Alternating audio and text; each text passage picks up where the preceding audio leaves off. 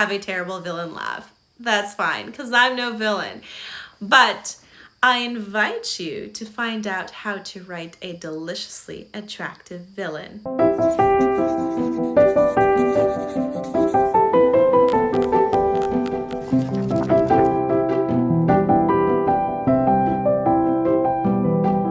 Hey there, welcome to Pen to Paper. I'm Leah Lindeman, author of the Canadian Reminiscence series. And today we're going to deep dive into what makes a compelling and attractive villain to your reader. Now, if you take a look at my books, you may not see an obvious villain in Redeemed from the Ashes or Unborn Melody, which are my romances, although there are villain types. But the book that I'm going to be concentrating on today is Wisps of Gold. And I'm not going to say who the villain is because I really don't want to give anything away. But I was thinking, okay, it would be great to make a video about villains.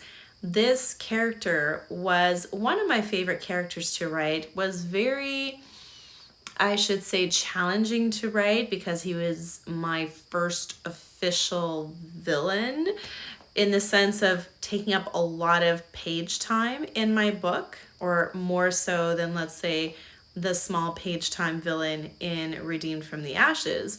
So I thought, wouldn't it be great to write my process and how I wrote this villain? And then I was trying to think, okay, what movie villain can I compare my villain to? And I was just not really going anywhere with it. And then I thought of the Darkling from Shadow and Bone.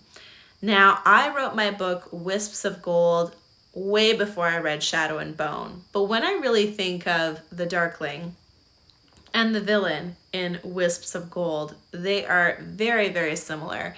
And interestingly enough, I love both of their characters. Despite them being villains, the Darkling is actually my favorite character in the whole Shadow and Bone series. But I digress. Let's get into how to write a villain that draws the reader in and keeps the reader on their toes. Okay, so the first point I want to bring up is that the villain needs to have something that your hero wants or desires. Now, it could be, in my case, in Wisps of Gold, my hero, she's fresh out of finishing school. She's a young woman and she wants to experience new things for the first time. She has daddy issues. And so the villain has an appeal to her that she has not really experienced before. And this is what the villain gives her, right? That experience, that thrill of interest. And I won't say what type of interest, but there's a heavy interest that my hero has toward this villain. And you see something similar in the Darkling, where Alina, she is someone who is an orphan. She has a childhood best friend. She's just someone random in the military, and all of a sudden she has this superpower, and the Darkling takes an interest in her because she has a power that calls to his, and that is the antithesis of his, and she's like the one puzzle piece that's been missing in his life to bring forth his plans. And he gives her something that she's never had, which is attention. He gives her purpose, and this is something that she's never received in her entire life. And yet when she's given it, it's almost like a drug that just she can't help but want to lean forward into and to explore. And this is what my villain also does in Wisps of Gold. So your villain needs to either have the ability to give your hero something that they cannot receive from themselves or from others because of the villain's status or position in the world, and or some sort of experience that, because the villain has more experience in a certain area of life, that this hero gravitates toward that villain because they know that they've experienced this already and they could be their teacher in that experience, right? We're all very experiential human beings. We want to experience love and joy and peace and happiness and thrill, and so that's what the villain can give. So that's point number one, has to be able to give the hero something that he or she needs or wants. And again, the villain could be he or she. You can have either or, being very good villains. Hey there, remember to give this video a like and subscribe to the channel down below for weekly writing tips. All right, next is the nature of the villain. Now, a deliciously attractive villain would have two types of either or natures. You will have a nature of charisma, where they are so captivating and they demand either screen time or page time, and the reader can't help but read the words and wish that this villain stayed longer on the page, because what they have to say and what they have to offer is so enigmatic to the hero and therefore to the reader. And just a little note before I kind of go more into this, both the last point and this point, giving this what the hero needs or wants, and the charisma that the hero leans into, is little dependent on how well you flesh out your hero and if your hero is relatable, because if they're not, then the reader won't really care to lean into your villain or won't really care to want what that villain can offer them. So make sure your hero is well fleshed out, relatable, and the reader likable enough that the reader wants to see through the journey with them. If not, then this can kind of fall flat, but that's a completely different training. So back to the point of the hero having charisma. Now let's say, but that is not necessarily always the case. The hero may not always have charisma that, like, one good villain that has charisma is Gaston in Beauty and the Beast, right? All the girls fawn over him. The whole village adores him and lifts him up as their village idol. And yet that's obviously, he's the villain. So that is a good example of a villain with charisma. Now, the Darkling tends to be the other type of nature that also works well with a deliciously attractive villain, and that is a villain that draws you in through a dark and mysterious nature, where they're not always willing and ready to give all of themselves and to promote all of themselves and to show all of themselves. But for those of us who are curious to dive deep into human nature and characteristics, that just invites us in closer, and then we really, really want to find out, who is this villain? What makes him tick? How can perhaps I dive deep into this darkness? And it's, again, that's also a Beauty and the Beast trope, right? Where the woman is trying to tame the beast inside the man. And so this works very well with villains with this nature. My Wisps of Gold villain, he's got a little bit of both. You can also do a mix of both. It doesn't all have to be charisma, and it doesn't all have to be dark, brooding, and inviting. You could have a nice mix of both, and that's quite a powerhouse too.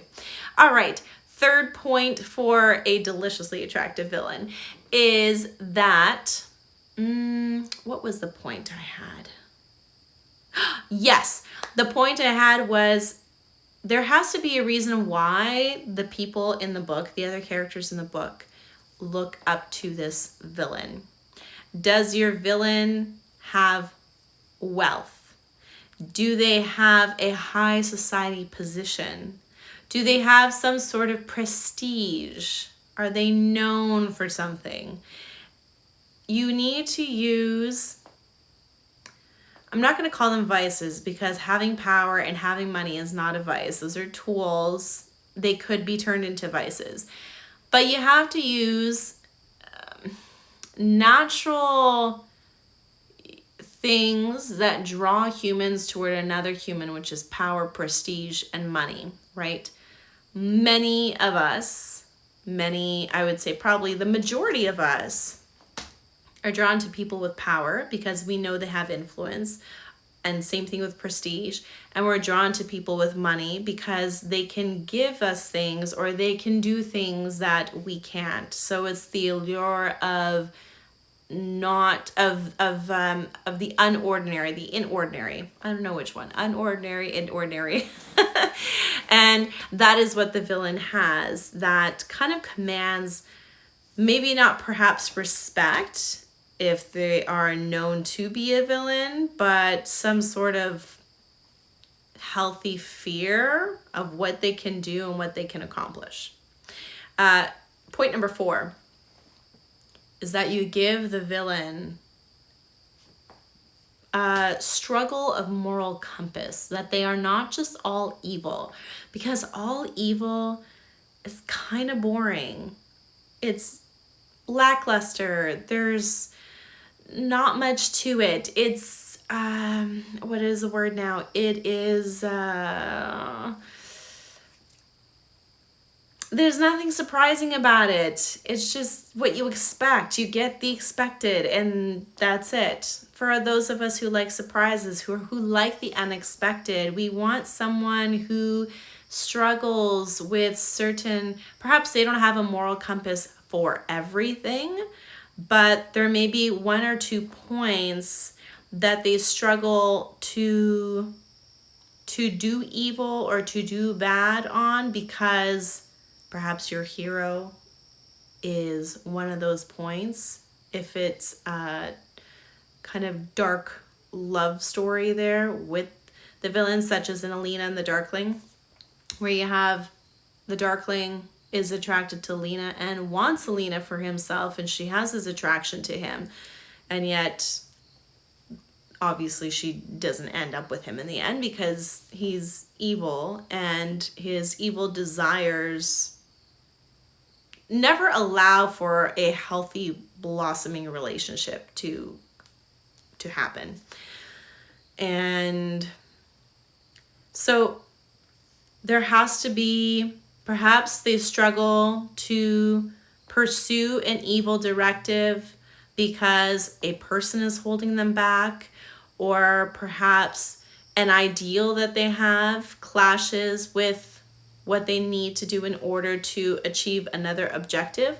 But make it interesting. Make them have some sort of moral struggle. So then the reader is wondering, oh, are they going to actually try to be good this time? Oh, they are going to be good. And then the next time they have to choose an action, it's an evil action or a bad action, right? They're always kind of keeping your reader guessing. And the last one that really just hits the nail in the coffin, that this is a villain after all, is after all that moral struggle, that nothing will stand in their way. Nothing and no one will stand in that villain's way of actually achieving the objective, the evil objective, whatever it may be. With the Darkling, it was his power. And despite Alina not giving him what he wanted and not staying with him because of his evil choices, even she, in all her goodness, in all her light, could not save him from his dark obsession of power and wanting to make the difference that he envisioned for the world. And that's what kind of makes it truly terrifying, is that you have that push and pull of, oh, maybe this person or this situation could stop this villain from doing something so terrible, but then really nothing works and nothing will stop that villain from doing what they've set out to do, what they've decided they're going to set out to do. So that is what makes the villain a true villain. Nothing will stand in their way. I hope that these tips have been helpful. And I believe, yes, all of them have applied to my villain in Wisps of Gold. And again, I'm not going to say who this character is or what kind of relationship they have to the hero or how they can help the hero and what struggles they have. But if you want to find out, you can always read it. And the links down to Wisps of Gold are down below in the description. Tell me, who is your favorite villain in all the books that you've read? Who's your favorite? I have to say the Darkling is probably my favorite just because he's so close to the villain in Wisps of Gold, and he has all the qualities that I described in this video, but I would still love to hear yours. So have a great week, take care, and I'll see you next week.